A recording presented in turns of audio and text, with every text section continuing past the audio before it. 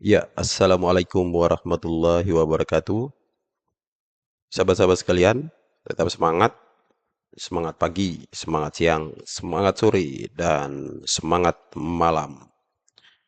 Oke, kita masih membahas tentang pengolahan kinerja. Kali ini, spesifikasinya kita akan membahas tentang bukti dukung yang akan diupload oleh guru selama masa periode pengolahan kinerja.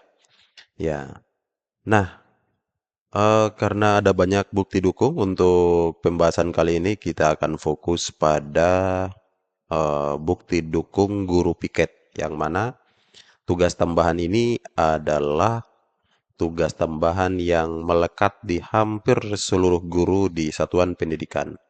Nah, tentunya teman-teman sekalian juga memilih ini ya, eh, yang sudah direncanakan di bulan Januari. Nah, bagaimana membuat programnya, bagaimana pelaksanaannya, terus bagaimana pelaporannya. Nah, kita akan bahas secara detail lewat kesempatan ini. Oke, sahabat sekalian, langsung aja kita ke platform Merdeka Mengajar. Ya, disarankan menggunakan laptop seperti ini. Seperti biasa, sahabat sekalian, ya, kita ke pengelolaan kinerja. Kemudian kita ke tugas tambahan. Nah, di sini sahabat-sahabat sekalian, ini adalah perencanaan tugas tambahan yang kita pilih pada saat perencanaan. Kini saatnya kita sudah bisa mengupload. Nah, saya akan demo bagaimana cara mengupload ya untuk tugas tambahan yang pertama ini. Oke, untuk guru di semua jenjang itu ketika diberi tugas tambahan oleh kepala sekolah sebagai guru piket.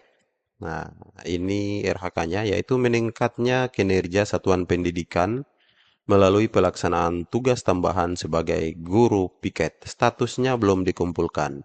Nah, kita kumpulkan. Ya, sahabat sekalian, apa yang akan kita kumpulkan? Nah, ini keterangan yang akan kita kumpulkan. Laporan disertai surat keputusan atau surat tugas. Nah, jadi di sini sahabat-sahabat sekalian tidak hanya mengupload surat tugas saja, tapi juga harus dengan laporan. Nah, seperti apakah laporannya? Oke, kita langsung cek dulu panduannya. Nah, ketika cek panduan, kita langsung akan dibawa ke pusat informasi platform Merdeka Mengajar.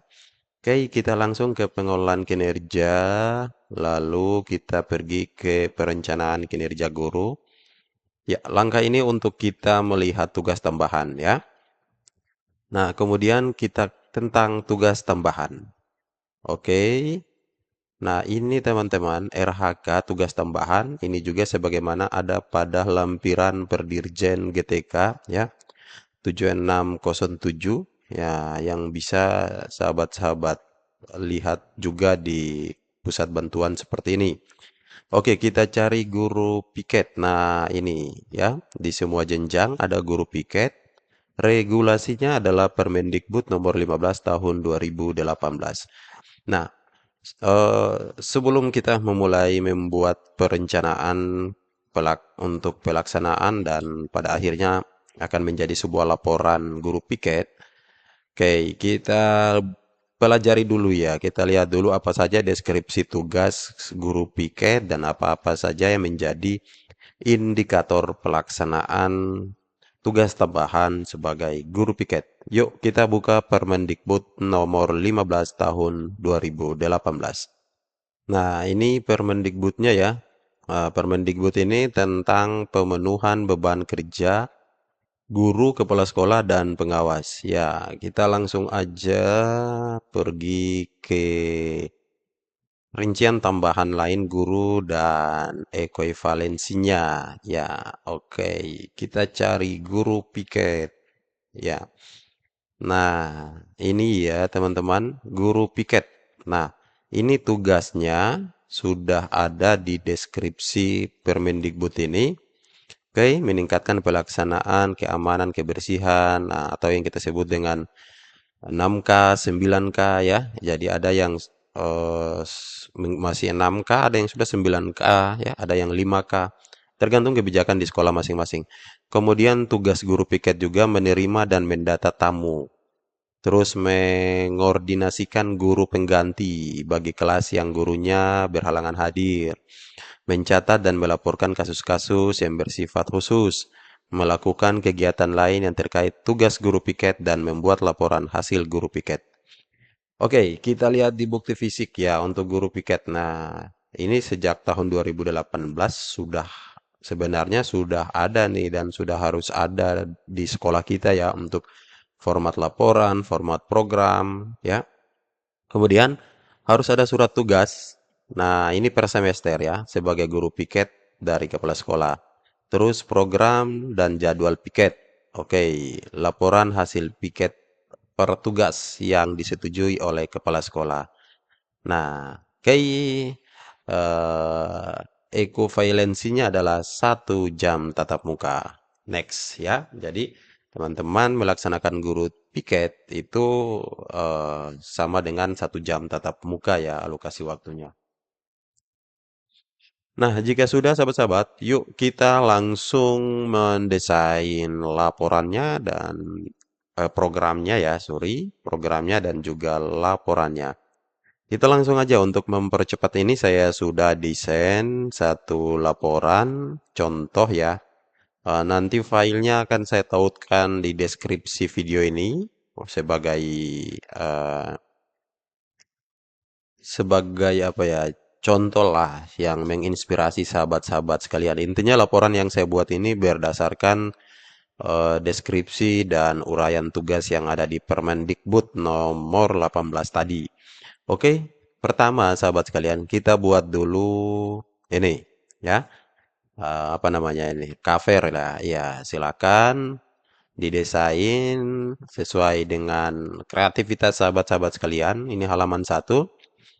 Ya, kemudian kita ke halaman 2. Ya, karena ini sudah dalam bentuk laporan, di dalamnya juga ada program. Ya, oke, boleh ditambahkan dengan pengantar seperti ini ya. Silakan nanti dimodifikasikan ya secara menarik lagi. Nah, kemudian di halaman 3 kita masukkan surat tugas dari kepala sekolah. Ya, bagi teman-teman yang memberlakukan surat keputusan juga boleh, silakan. Nah, yang saya praktikkan ini adalah surat tugas. Oke, bisa bahasanya seperti ini, yang bertanda tangan di bawah ini, kepala sekolah kita dengan ini menugaskan, karena ini surat tugas ya. Guru dan pegawai, oke ini nama-nama gurunya dengan jadwal sekaligus. Kemudian, untuk melaksanakan tugas tambahan sebagai guru piket, sebagaimana Permendikbud nomor 15 tahun 2018 tentang pemenuhan beban kerja guru, kepala sekolah, dan pengawas. Nah, kepada mereka dijabarkan deskripsi tugas guru piket untuk membuat program dan pelaporan sesuai aturan yang berlaku. Demikian surat tugas ini dibuat untuk dapat dijalankan sebagaimana mestinya. Oke, cap atau stempel serta tanda tangan kepala sekolah sebagai pengesahan. Ini surat tugas. Nah, karena di Permendikbud tadi dinyatakan bahwa surat tugas itu dengan durasi Januari ya sampai Juni ataupun sebaliknya. Intinya per semester. Oke. Kemudian kita buat programnya. Nah, oke, program pertama, kepala sekolah membuat deskripsi tugas guru piket dengan indikator dari uraian tugas yang ada di Permendikbud tadi ya. Nah, ini menjemput siswa di pagi hari di depan gerbang sekolah dan memastikan semua siswa meninggalkan sekolah di saat jam pulang sekolah. Apa tugas yang kita lakukan pada uraian ini? Nah, ini Bapak Ibu ya. Penjagaan pintu dan gedung, terus menjaga keteraturan antrian, verifikasi kehadiran, penanganan keterampilan dan kehilangan siswa, terus komunikasi dengan guru dan staf. Ya, pada uraian ini tugas guru piket. Kemudian implementasi 6K dan tugas guru piket. Ya, tadi di deskripsi ada 9K. Nah, ini dikembalikan lagi ke sekolah masing-masing. Nah, misalnya di sekolah saya itu menerapkan 6K, lebih fokus ke 6K, yaitu keamanan, dijelaskan ini tugasnya, kemudian kebersihan, kemudian keindahan, keteladanan, dan keterbukaan. Nah, kita lihat lagi di uraian tugas ketiga, menerima mendata tamu sekolah. Oke. Apa saja yang dilakukan guru piket, yaitu penerimaan tamu. Nah, ini deskripsi tugasnya. Kemudian pendataan tamu. Apalagi ini orientasi tamu. Kemudian eh, penutupan dan pelaporan. Mencatat waktu keberangkatan tamu, melaporkan kunjungan ya tamu dan pihak yang berwenang. Nah, keempat adalah mengontrol guru pengganti. Oke, sebagaimana urutannya tadi di setiap hari ada penjadwalan lebih dari satu guru. Nah, ini bisa diatur dan dikoordinasikan sesuai kebutuhan. Mulai dari identifikasi kebutuhan, koordinasi guru pengganti, pemberitahuan, dan pemantauan. Nah, pada uraian kelima yaitu mencatat dan melaporkan kasus. Dalam setiap hari itu terjadi kasus-kasus khusus ya. Jadi ini spesifik kepada kasus-kasus khusus. Ya, nanti ada juga ya yang menangani kasus di setiap kelas oleh guru-guru mapel lainnya. Jadi guru piket lebih fokus kepada kasus khusus. Ya, misalnya pencatatan kasus khusus, kemudian pengumpulan informasi, pelaporan kepada kepala sekolah. Ya, oke. Itu adalah 6 deskripsi tugas guru piket. Ya, sebagai programnya sudah dijabarkan, kemudian eh, kita boleh rekap ya, kita buat rekapan tugas guru piket. Ya, formatnya teman-teman mungkin bisa mengadopsi yang saya buat, ataukah punya format lain silakan. Ya, ini adalah rekapan. Jadi untuk kehadiran ini kan sudah ada di administrasi lain ya. Misalnya kehadiran guru kan ada di presensi guru. Jadi jangan dibuatkan lagi ini per hari nanti pekerjaan kita semakin banyak ini sahabat-sahabat sekalian. Jadi bisa dipresentasikan saja, dihitung presentasi kehadiran guru dari daftar hadir guru yang ada di tata usaha atau di kepala sekolah. Bulan Januari yang hadir misalnya 96%, sakit atau izin 4%, yang alfa tidak ada. Terus kehadiran siswa selama bulan Januari ada 6 siswa terlambat. Nah, guru yang bersangkutan mencatat ini bekerja sama dengan guru-guru yang terlibat di hari yang sama.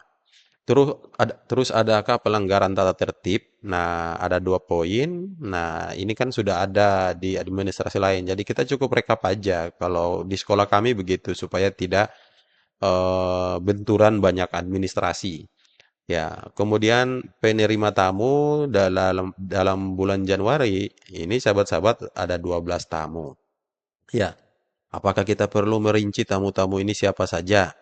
Tidak perlu, tapi kalau mau dirinci juga boleh, silakan. Yang penting rajin. Karena nama-nama tamu ini sudah ada di buku tamu. Jadi, tidak perlu lagi kita rinci satu-satu. Nanti double lagi administrasinya. Boleh kita buat rekapan ini saja. 12 tamu. Siapa saja tamu-tamu itu? Nah, tinggal dilihat di buku tamu ya. Kemudian izin siswa. Nah, ini kan di buku piket ini ada berapa siswa yang izin siapa-siapa. Jadi kita rekap aja. Ternyata dalam bulan Januari di meja piket terdapat 5 siswa yang meminta izin. Entah itu mereka sakit, pulang, ataukah ada hajatan lain atau ada kegiatan yang berkaitan tentang kegiatan-kegiatan kesiswaan misalnya. Terus pelaporan kejadian. Apa saja kejadian yang terjadi ini yang menyangkut tentang kasus khusus ya.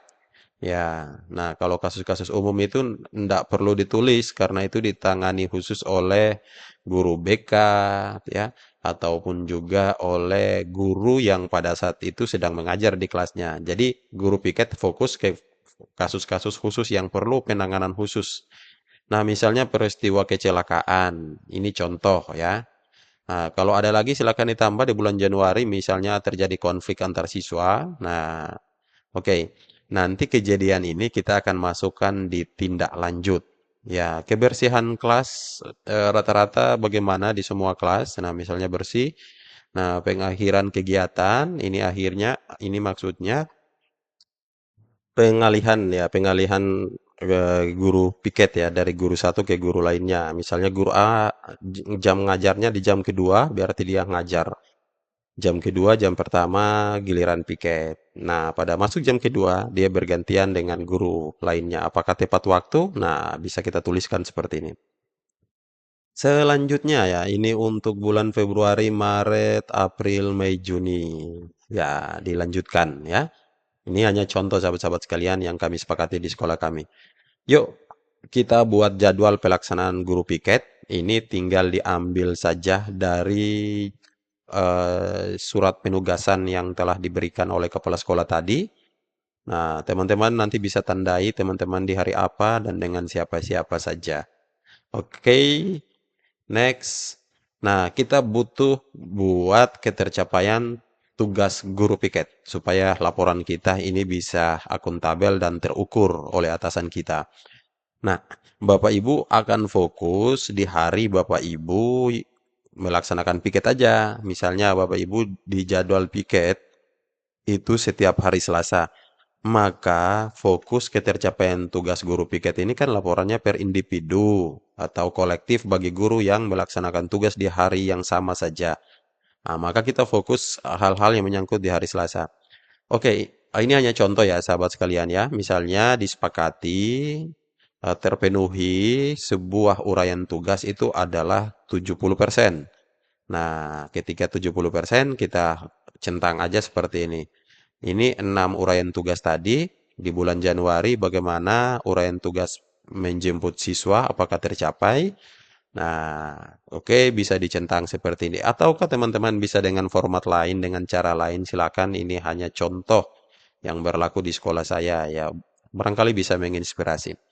Nah, yang berikut ada kejadian-kejadian khusus yang tadi dimasukkan di laporan sebelumnya. Nah, di sini sahabat-sahabat bisa menulis dalam bentuk tantangan ya, tantangan dan rencana tindak lanjut. Oke, misalnya kita lihat nih, periode tugas Januari sampai Juni 2024 ada beberapa tantangan. Jadi ini bukan kegiatan-kegiatan atau masalah ya, masalah-masalah yang rutin, tapi ini yang lebih khusus ya, butuh penanganan khusus oleh guru piket bekerja sama dengan pemangku kepentingan, misalnya guru BK ataupun juga kepala sekolah atau pihak-pihak lain yang perlu dibantu, misalnya kepolisian, keamanan di tempat lingkungan sekolah dan sebagainya. Oke, untuk tantangan, misalnya ada di bulan Januari di tanggal 6, jadi ini karena hari Selasa jadwal saya misalnya, jadi setiap hari Selasa misalnya ada di tanggal 6, ada di tanggal 20, ada di tanggal 12, jadi tidak harus setiap hari. Bapak Ibu kan tidak bertugas piket setiap hari.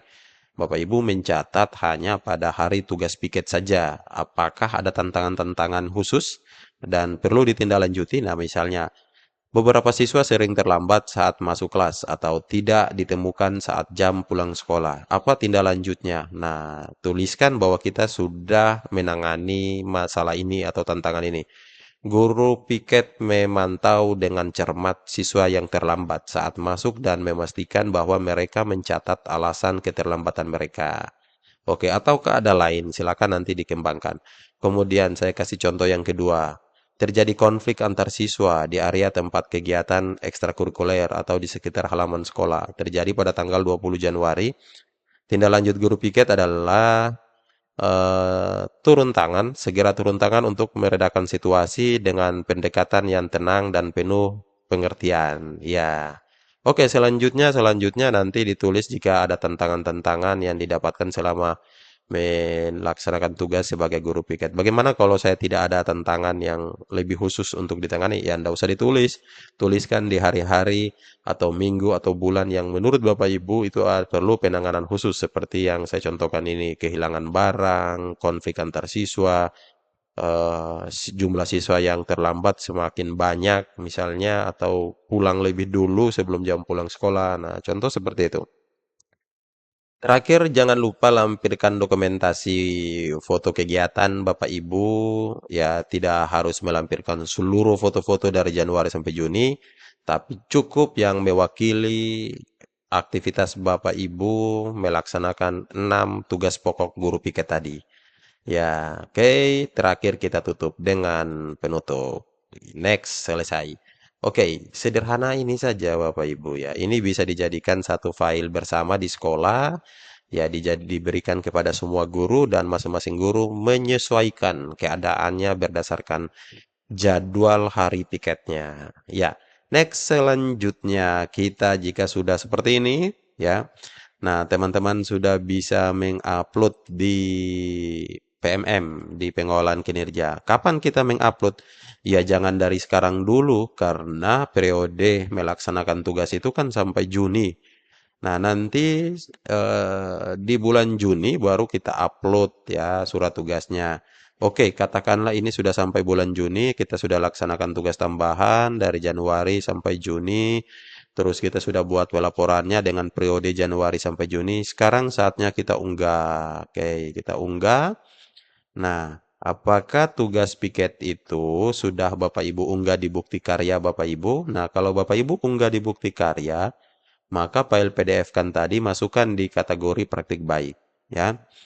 Nah, kalau Bapak Ibu belum mengunggah di bukti karya dan Bapak Ibu punya file itu masih ada di laptop ya atau komputer ya kita unggah dari sini aja. Nah, ini filenya laporan guru Viket yang tadi. Kita pilih open. Setelah itu kita kumpulkan. Ya, sederhana saja. Tapi saya ingatkan lagi, proses mengumpulkan laporan tugas tambahan itu di akhir periode pengolahan kinerja. Ya, jangan dari sekarang karena sangat mustahil Bapak Ibu belum melaksanakan tugas di bulan-bulan berikutnya tapi laporannya sudah ada. Jadi tunggu dulu semua tugasnya sudah selesai baru kita kumpulkan. Kecuali sertifikat pengembangan kompetensi. Nah, itu kan bisa dibelajarkan kapan saja dan didapatkan kapan saja. Oke, selama periode Januari sampai Juni ya, atau Juli sampai Desember seperti itu. Next kita langsung kumpulkan. Ya, nah dokumen berhasil dikumpulkan. Atasan akan lanjut menilai. Nanti penilaiannya bisa dicek melalui beranda ya. Ya, catatan dokumen yang diunggah lewat komputer atau laptop otomatis terunggah di draft bukti karya luar biasa. Ya, Bapak Ibu mengunggah langsung ada di bukti karya. Yuk, saya mengerti. Nah, ini sudah hijau sahabat-sahabat sekalian. Sudah hijau. Nanti akan dilihat oleh atasan kita laporan kita dan juga dilampirkan dengan SK penugasan seperti apa nanti catatan dari kepala sekolah kita. Nah, kita bisa cek lagi ya kalau misalnya teman-teman mau lihat lagi ya silakan dicek. Tapi untuk mengeditnya sudah tidak bisa lagi nih. Ya, tombol editnya sudah tidak aktif. Kenapa? Karena kita sudah kumpulkan. Kecuali tadi kita pilih simpan draft. Nah, setelah itu, teman-teman silakan lanjutkan pada eh, tugas-tugas ya, tugas-tugas tambahan atau tugas lain yang diberikan oleh kepala sekolah kepada kita. Oke, demikian ya, sahabat-sahabat sekalian, semoga terbantu. Terima kasih. Assalamualaikum warahmatullahi wabarakatuh.